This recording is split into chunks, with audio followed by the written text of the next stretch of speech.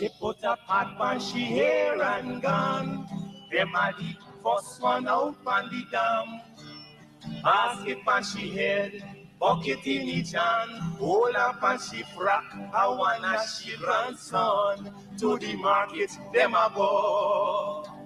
For the morning, the day is dawning. For Cockacrow to give the villagers a warning. Rise and shine, the birds them a sing. All animal take turn as them join in the waking. Cockacrow, dagaba, donkey, bray, horse, and they even duck a quack. Cockacrow, dagaba, donkey, bray, horse, and they even duck a quack. Come and hear this sweet story that tell the people about life in the country.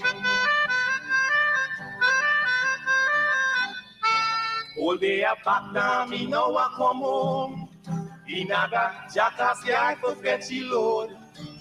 Cockle shy hand, bag over shoulder, running by his side. A Rexy and Rover from the farm, them a come.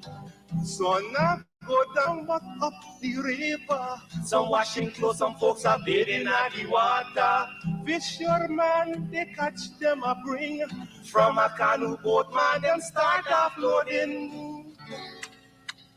Aymara, Kwakwari, Dale Baka Kuma Kuma, even Lokonani. Aymara, Kwakwari, Dale Baka Kuma Kuma, even Bangameri. Listen to this sweet story that tell the people about life in the country.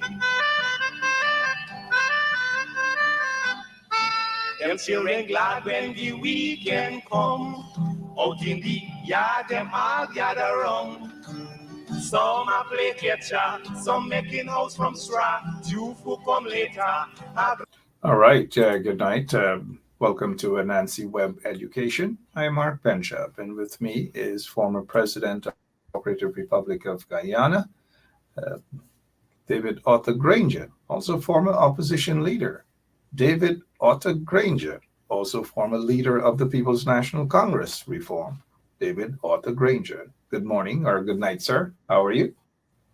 Good evening, Mark. It's always good to be back on this program, and I hope that your viewers and listeners would feel that, they're learning more about the country, particularly about life in the country. That is where most of us have our roots, and that is where we need to pay attention to developing future generations' life in the country. It's always good to be on Anansi Web Education. It's always good to have you. Good night to all of you who are now joining us, those in Guyana, those outside of Guyana, wherever you are. I know you remember those days in the country, whether it's the countryside or in the country of Guyana, if you're outside and you're watching. All right, tonight's topic, we will be dealing with the Mahaicony murders. And we oftentimes remind you guys that this program is to remind about situations back in those days in order to see how we can fix it. And we will not be repeating those not sometimes mistakes, but those bad days.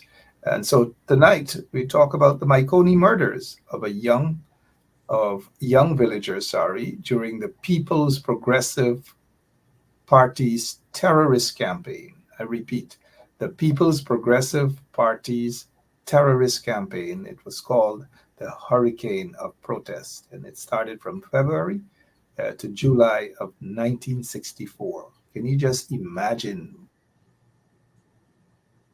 when the Hurricane of Protest was started by the PPP's terrorists? And so just to remind you guys that the terrorists killed unaccounted, unarmed, unprotected, and unsuspecting young men who could not defend themselves. And so this year, 2024, marks the 60th anniversary of the murders of young men from Mahaicony river villages during the PPP's terrorist campaign.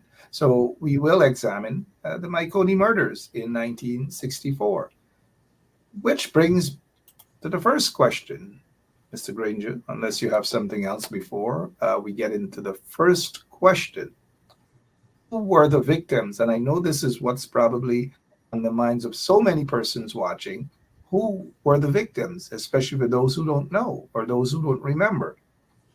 Who were the victims of the Mahaicony murders during the PPP's terrorist campaign in 1964?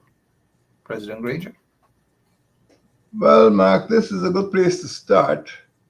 Looking at the human side of the tragedy, and I would say that most of the victims, according to the British Army reports, about 30 people were killed between June and August 1964. And the overwhelming majority of those persons, of those victims, were persons of African descent. There were some Indians who were killed in retaliation, particularly at Chance. I think we remember the Jaikaran family. But the victims, they were both Indian and African victims, but by far more Africans were killed. The Indian persons who were alleged to have been doing the killing might probably have been given weapons and training under the auspices of the PPP, which is known to have sent persons to foreign communist countries for military training, or you can call it terrorist training. And they received funding, and they certainly received arms and ammunition. And I think in 1963, this is even before the disturbances started, weapons were being found. In 1964, weapons were being found. So it was a well-planned campaign. So the murders in the Mahaicony were, I think, targeted murders because after the so-called hurricane of protest was launched, it seemed to be flagging. They bombed the school bus, they bombed the lorry carrying workers in Tain on the Quarantine Coast. They had a few skirmishes on the West Demerara, and I think we'll have to deal with those skirmishes. But I think after the murder of the Seeleys, going to the back dam, that is where George and Clotilde Seeley went in friendship back dam to reap their produce in these little, we used to call them balahus. I suppose the Armenian word might be corials, but they were, those days people couldn't afford outboard engines. So these were the victims because the back dams, I think in the case of the Seeleys in Buxton, you're talking about maybe something like 12 kilometers or thereabouts. So the villages were quite deep, and traveling alone in this balahu or bateau, they were victims from people on the banks of the rivers. And same thing happened in Mahaicony. Mahaicony is just one long river. It is not a circular community. And people going to it's much wider, of course, than the canals or the trenches on the East Coast. It was a real river. And that's why it's called Mahaicony River. Some people call it a creek. But the victims were ordinary farmers, young people, sometimes, middle-aged people going to their farms. And most of the victims were Africans from Number 10, from Strathcampbell, from Perth, and Supply, and Mortis. So those are the main centers, but they were frequently isolated, going to their farms in both. So there were retaliations. There was retaliatory action after so many people went missing. Some of the relatives would mount protests and they would strike back at Indian families, but they didn't have machine guns. And sometimes they burned property. For example, Perth used to be a mixed village. And it is a historical fact that many of the Indians living in Perth were burnt out. But in terms of murder, more Africans, more persons of African descent were killed than persons of Indian descent. And there were no other ethnic groups involved. But to answer your question, the main victims, but the answer is that both Indians and Africans were killed, but the main victims numerically were persons of African descent.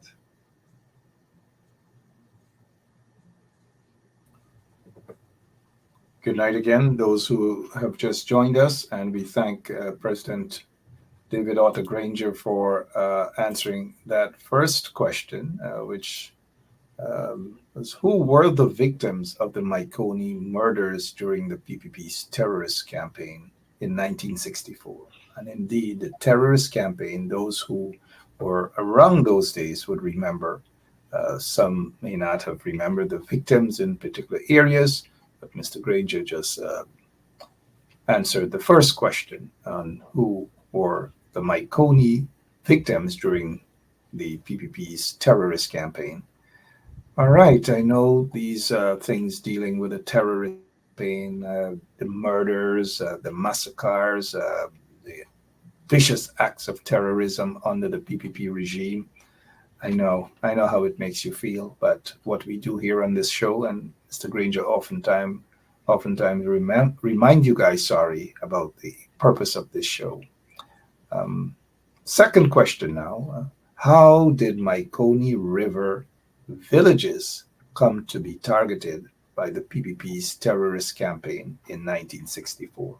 Many of you might be hearing, they targeted Mahaicony River, they targeted maybe other areas, but specifically today we want to know, Mr. Granger, how did Mahaicony River villages come to be targeted by the PPP's terrorist campaign in 1964? Again, this is a pertinent question because the campaign was launched by the PPP at Thomas Lands, what is now the Campangana. Those days it used to be the Volunteer Post Rifle Ranges. And it started out with the Gawu strike. The violence started with the Gawu strike in February, soon after that historic launch by the premier of our country at that time. And it was an industrial dispute at first at Leonora, and workers were attacked as strike breakers. The bombing at Tain was against strike breakers. But after a while, they probably ran out of victims on the West Demerara. And of course, that persons who were alive at that time in the West Coast, Blankenberg, Eichplot, that jealousy would tell you it was like running a gauntlet. A train ran from Parika to Breeden Hoop, and the train had to stop at train stations. And when the train stopped, anybody who was in the wrong village at that time, could get beaten and sometimes killed. But after a couple of months, February, March, the first murder was in March. Edgar Monroe, he's from Manchester, I think. He was killed at Tain. It wasn't achieved. The campaign wasn't achieving its objective. The British were still, preparing for elections. They sent down an election commissioner, Mr. Hux. Registration was taking place. So the PPP tended to use contemporary language, up their game. And that's one of the reasons why they moved from a purely industrial strike between the Guyana Agricultural Workers Union and the Sugar Producers Association. They started to move away from West Demerara into East Demerara. And that is why you started to have problems in Buxton. Buxton, again, was a peace. But then by the 21st of August, the Sealeys were killed, and they went further east towards Mahaicony. So if you're going to make the country ungovernable, you don't just stay in Leonora. They tried to make the whole coastline ungovernable. And this is responsible for sucking the village of Mahaicony into the web of terror. Secondly, As we now know, the PPP had brought in weapons, and some of the weapons were discovered in a cane field behind Triumph village, which was a PPP stronghold at that time, probably still is, I don't know. But the villages of Mahaicony, again, were ordinary poor farming villages, and they did not have the capability to fight back. These were all simple farmers, husband and wife, going to the back dam in the balahus, reaping pumpkin, cassava, and plantain, sweet potato, and they were unarmed. So if you're going to have a campaign to make the country ungovernable, hey, these people are sitting ducks. You know, like George and Clotilde Seeley in Buxton. These are old folk, like sitting ducks. And they were just picked off. People were staying on the bank with their machine guns, machine gunning them. In Mahaicony, we had more disappearances, more people were missing. Up to now, after 6 years, their families cannot account for how some of the victims just disappeared. And in one case, apparently they used to tie the bodies on a log. And in one case, they used the wrong type of wood, and the body floated up, tied with barbed wire, still on the log. But in many cases, the victims, the bodies were never found again, and it is assumed that they were tied to some heavy object and sunk in the Mahaicony River. So Mahaicony villages came to be targeted because they were undefended, they were unprotected. And I think the PPP, who were masterminded this terrorism, the people who masterminded it, and the premier knows something about it, and the Minister of Home Affairs at the time would know something about it. Because they knew how the weapons came in the country, they knew who the terrorists were, but they did nothing in February, March, April to stop it. And the governor finally had to step in May after the murder of the Seeleys in Buxton and declare a state of emergency and call for more British troops. And then, then we started to see some control over the public security situation in the country. So Mahaicony villages were weak and unprotected, undefended, and the residents were unresisting, and this is the way to spread terror. And the purpose of terrorism is to terrorize. The purpose of terrorism is to terrorize. And this is how the campaign of terrorism called the Hurricane of Protest was conducted. They just wanted to make the country ungovernable. So the British had to start sending hundreds of troops into the country because they were quite sure that the PPP's objective was to make the country ungovernable. So here we had a situation in which we enjoyed internal self-government from 1961, which meant that we had a Minister of Home Affairs, but then the Minister of Home Affairs resigned. And after that resignation, we had, a massacre in Working Russ, the Abraham family. 11 days after she resigned, then we had a massacre at Huerdaya, and then we had massacres in the Mahaicony. Many people do not know what happened in Mahaicony. They thought it was a little sideshow, but between June and August, 30 people were killed. Many of them were declared missing. These are not combatants, these are ordinary young people in the villages. Some were machine gunned, and some of them, we never knew. The bodies were never found. But before 1964, there was, I would say, a level of amity.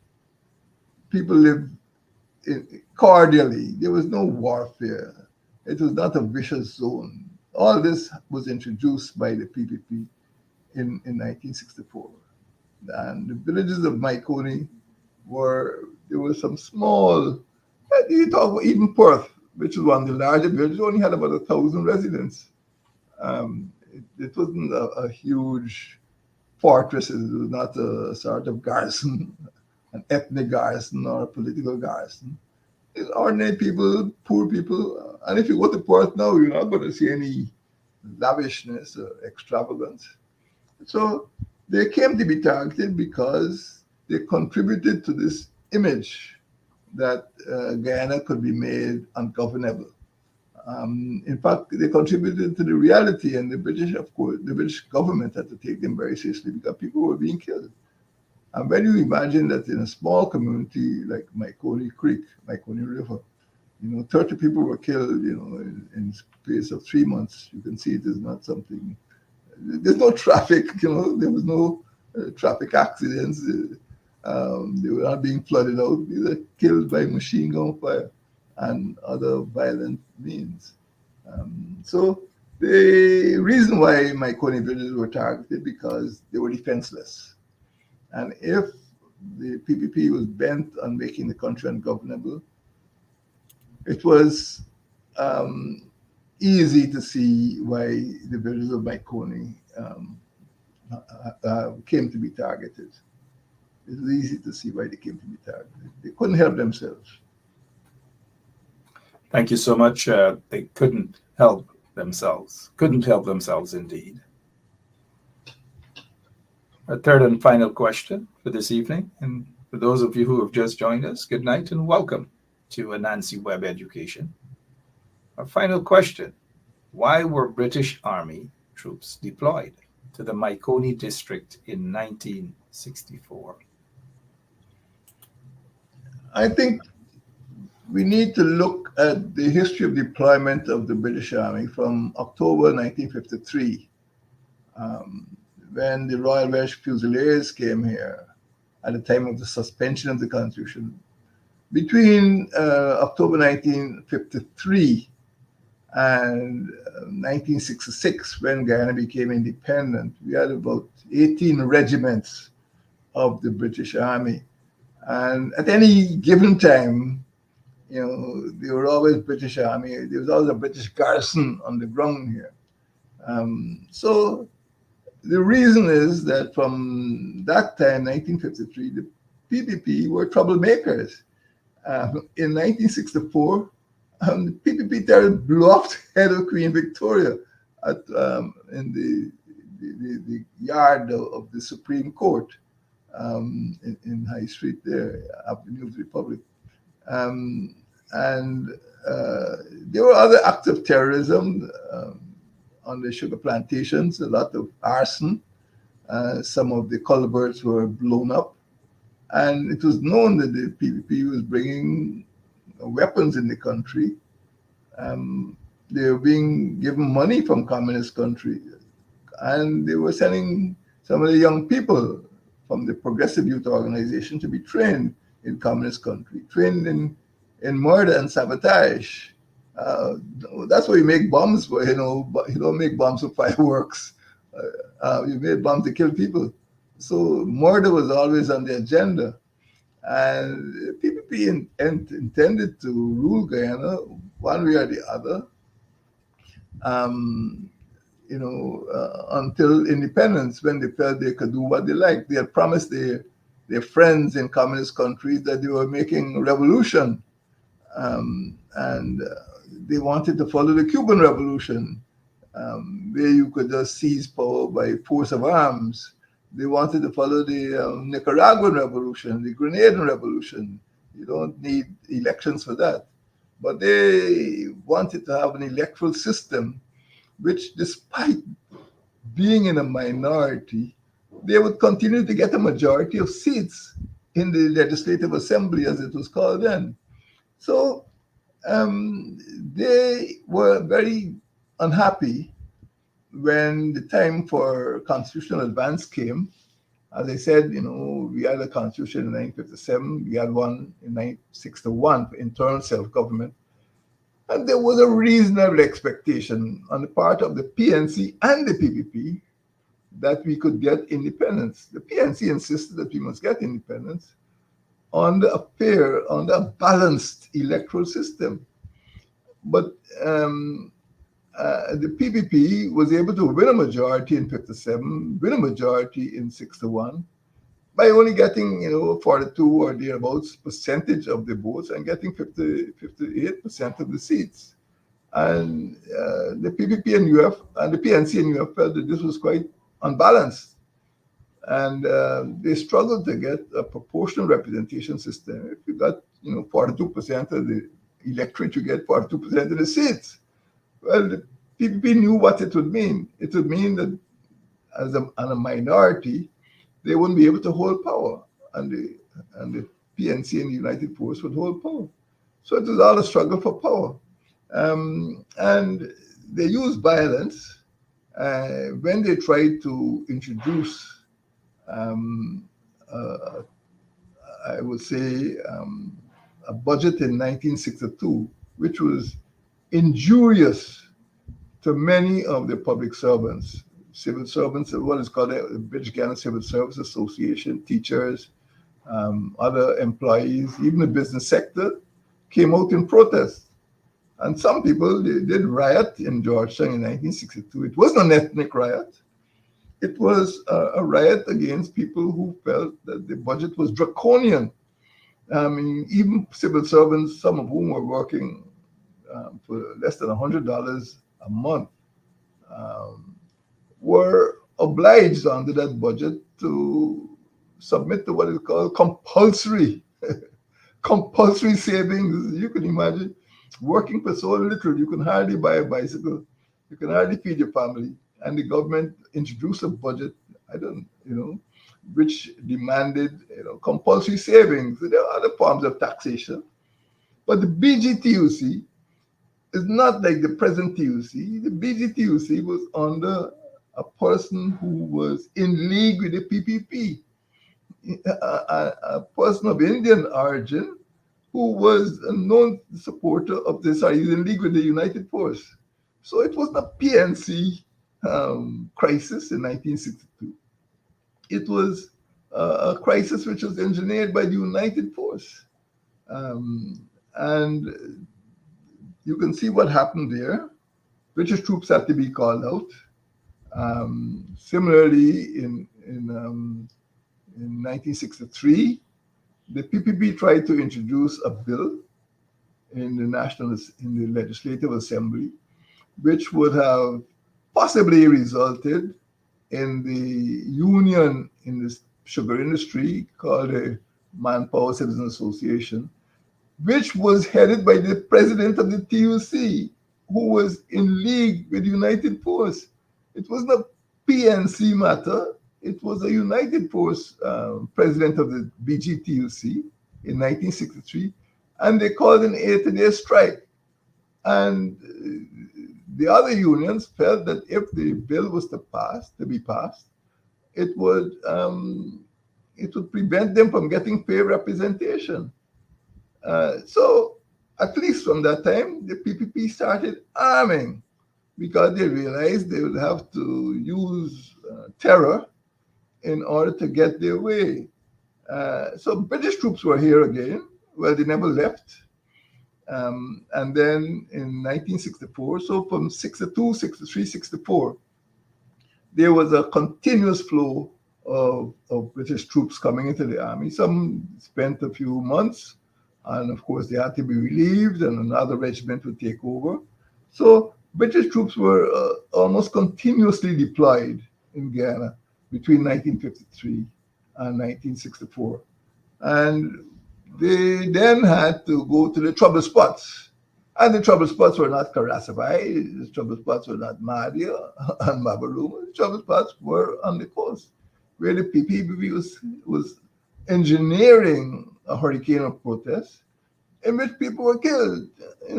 200 people or more were killed. A lot of people disappeared. And that is where the British troops were sent. And Mahaicony became a hotspot because after the killings on the West MRI and Region 3, I would say, came to, I won't call it a stalemate, but, they probably felt they couldn't achieve the objectives of making Guyana ungovernable. They started to go along the East Coast and along the West Coast Berbice. And started to pick on villages which could not protect themselves. Because by and large, African villages did not have the type of weapons and explosives and the military training which the PPP had provided for their own supporters. So Mahaicony was targeted because it was made up largely of the African communities, particularly number 10, Port Supply, Martis, and Strathcampbell.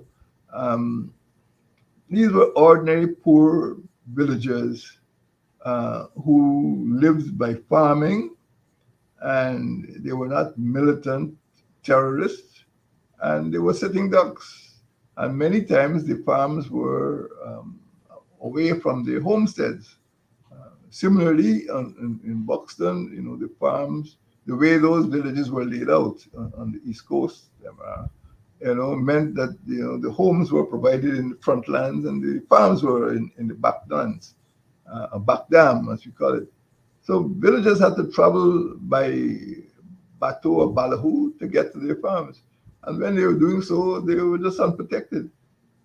As of the 1960s, Guyana was a relatively peaceful country, and people never thought of arming themselves against terrorists. This is something that the PPP introduced into this country. We did not have a problem with terrorism. There was some burglary and banditry and Friday larceny, but the type of terrorism that we saw in 1964 was really something which is completely unexpected. And most people who turned out to be victims were unprotected and unresisting. They couldn't fight back. And it was only when the PPP saw that the campaign was not working that states of emergency were declared. The British took a more direct executive control of public security, and tried to bring the situation under control. But as far as the Mahaicony district was concerned, it was really very difficult for a few hundred British troops to control that long river. The river runs past Moroccoby. I don't know if you've ever been up Mahaicony River. And it is just a long stretch. Much of it is in rice land. Some of it was in ordinary cash crops. But the villagers never expected that hurricane of protest. They never expected, they were never prepared. No political party could prepare so many villages to resist local terrorism coming from its own government, sponsored by its own government. And that is exactly what happened in 1964. In Mahaicony particularly, over 30 people were known to have been killed between June and August. So a lot of British troops had to be deployed, and I would say that regardless of what you think of the British Army, they did help to save lives at that time. And they were able to stay here until independence. As you know, on the night of independence, British troops were still here, the Middlesex Regiment at the flag raising ceremony, and they left in September. Of course, a lot of problems were created after that because the Venezuelans seized Ankoko as soon as the British left, and we haven't been able to get Ankoko back. So the British Army did play a role in containing the hurricane of protest, particularly in Mahaicony, where they established, where they billeted troops at the Cottage Hospital. I don't know what it's called now, on the roadside, Cottage Hospital, and they were able to stabilize. They traveled up the river by boats, and many of the terrorists or the suspected terrorists were arrested until by December, much of the terrorism there came to an end. When the PPP realized that they had failed to prevent elections, they failed to, prevent the holding of independence when they were out of office, and they failed to convince the British government that they wanted the new or different electoral system, the PR system, would have been harmful. They wanted to keep the old system under which they could get 42% of the votes and win 58% of the seats. Well, it couldn't work. And for 60 years, since 1964, we have had more or less the similar PR system. And the PPP has won under the PR system. So it shows you the futility and the idiocy in having so many people killed to prevent PR. I remember as a young officer going in the countryside, you see these signs, PR or death or something, stop PR, PR and CR. But it was all worse than a waste of time. It was a dangerous departure from good government.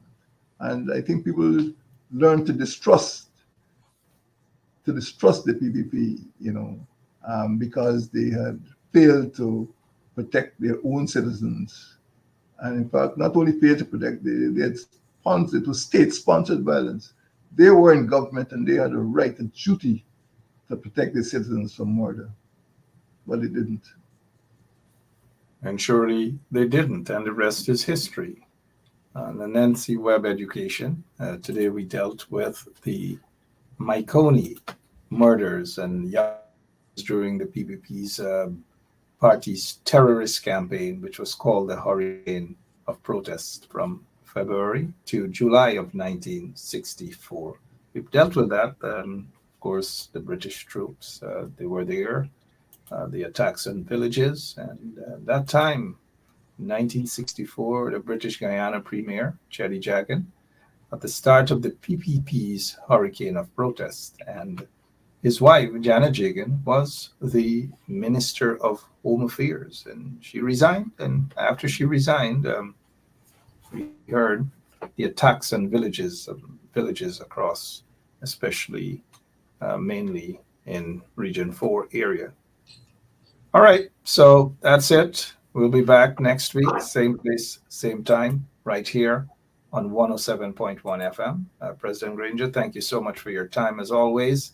And thank you for walking us through back what happened in those days with the hope, the intention of these very horrible acts, terrorist acts of terrorism by the PPP would never, ever happen again.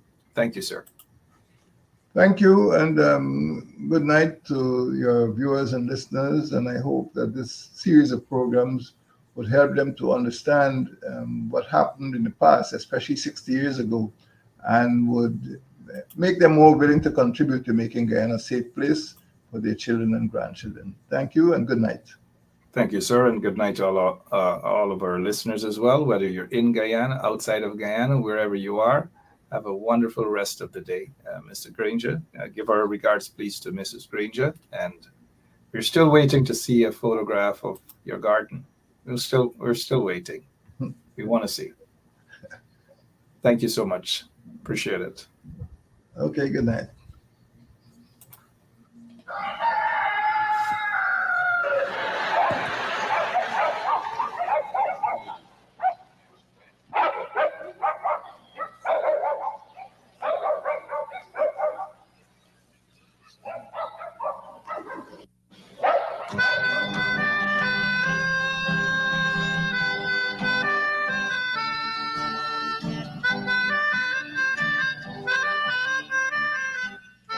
She put